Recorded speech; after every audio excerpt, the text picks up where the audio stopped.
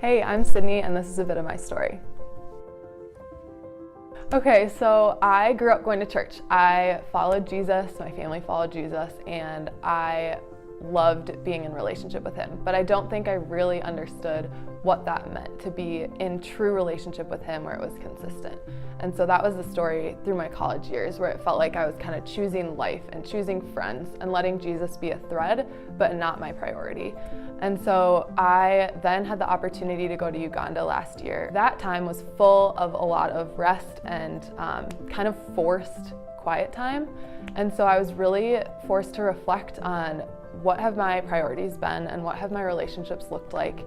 And through that reflection, I realized I had been craving these deep moments with God that I didn't feel like I was getting.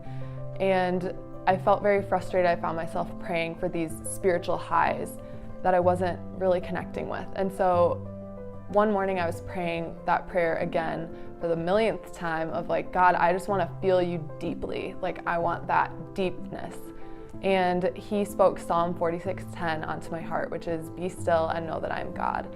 And while I'd heard it a million times, it really resonated with me that time in that I don't need to seek these crazy experiences like a mission trip or a worship night to feel the Lord. I can feel him in every moment of my life standing beside me. And so I can point to that specific moment and say that my heart changed and that Jesus came into my heart in a new way that I wasn't familiar with before. And because of that heart change, my actions changed and my desire to live for the Lord really became a consistent spark in my life. There are a lot of nights where my roommates, who are the same as they've been throughout college, go out and they have a great time, and I stay home, and I sometimes am really frustrated about that, and sometimes it feels really lonely.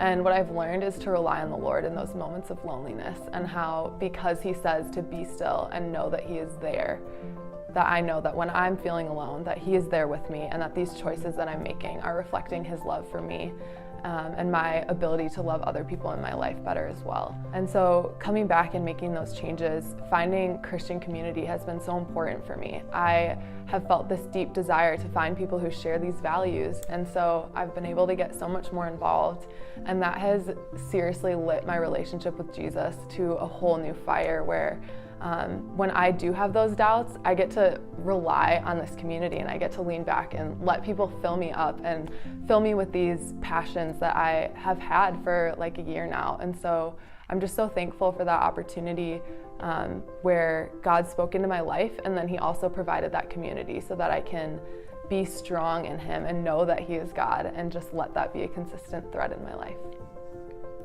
So if you are desiring to feel that connection that I'm talking about, that consistency in relationship with Jesus Christ, I would completely just support you in any step you can take to get more plugged in.